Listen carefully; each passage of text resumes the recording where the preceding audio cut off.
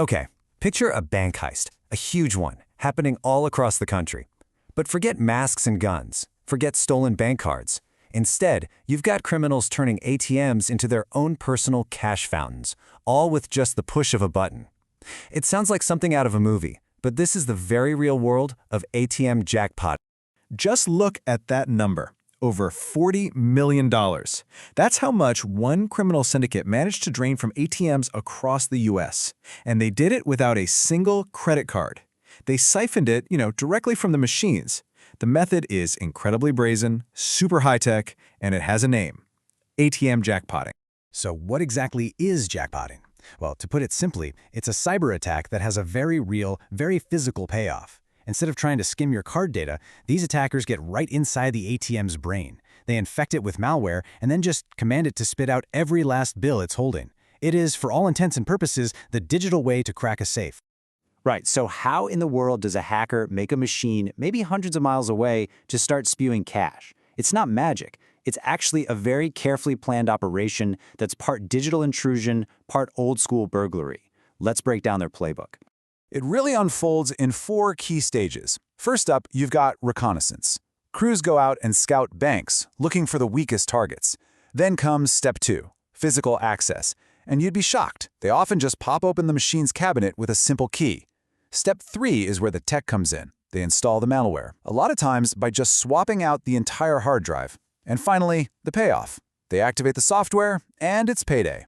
And this isn't just us guessing how they do it. This quote comes straight from court documents. It shows just how patient and methodical they were. They'd physically open up an ATM, then just wait, hang out nearby to see if any alarms went off.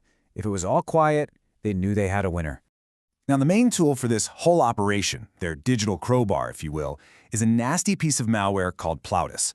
It's actually been around for a while, but it has become incredibly sophisticated. Let's take a look at what makes this thing so dangerously effective. Plutus basically gives attackers God mode for the ATM. It completely bypasses all the normal software and talks directly to the cash dispenser. And once it's forced the machine to empty itself out, it's designed to be a ghost. It literally deletes any trace that it was ever there, making it a nightmare for investigators. So you might be asking yourself, how is this even possible? Well, this slide right here shows the core vulnerability, and it is shocking. A huge number of these machines, which hold tens of thousands of dollars, are still running on ancient, totally unsupported software like Windows XP. That is like putting a bicycle lock on a bank vault. It's just asking for trouble. Okay, so we've covered the how, but the who in this story is just as critical. This wasn't the work of some lone hackers in a basement. The U.S. Department of Justice has linked this massive scheme to a violent transnational syndicate known as Tren de Aragua. So who are they? Well, Tren de Aragua, or TDA, started out as a prison gang in Venezuela, and they've since exploded across the hemisphere. We're talking about brutal, wide-ranging criminal activities: drug trafficking, kidnapping, human trafficking. And according to the indictment, the millions they stole from these ATMs went directly to funding these terrible operations. The massive scale of this crime was met with an equally massive response from law enforcement. You've got this multi-million-dollar jackpotting scheme on one side, and on the other, an indictment charging dozens of people not just for fraud, but for something much, much more serious: providing material support to a designated terrorist organization. This connects a financial crime directly to global security. 54. Think about that. 54 people. This wasn't a small crew. It was a sprawling, highly organized criminal network.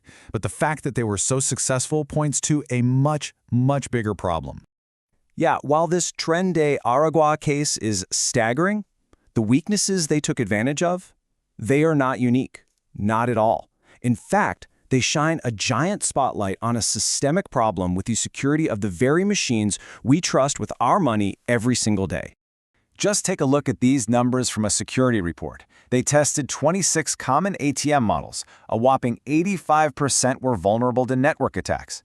76% had weak kiosk modes. That's the simple screen you and I use that could be easily bypassed to get deep into the system. And an insane 69% were vulnerable to something called a black box attack. So, what's a black box attack? It's even more direct than using malware. Attackers just pop the machine open, unplug the ATM's own computer from the cash dispenser, and plug in their own little device, the black box. That box then sends the commands to just start spitting out money.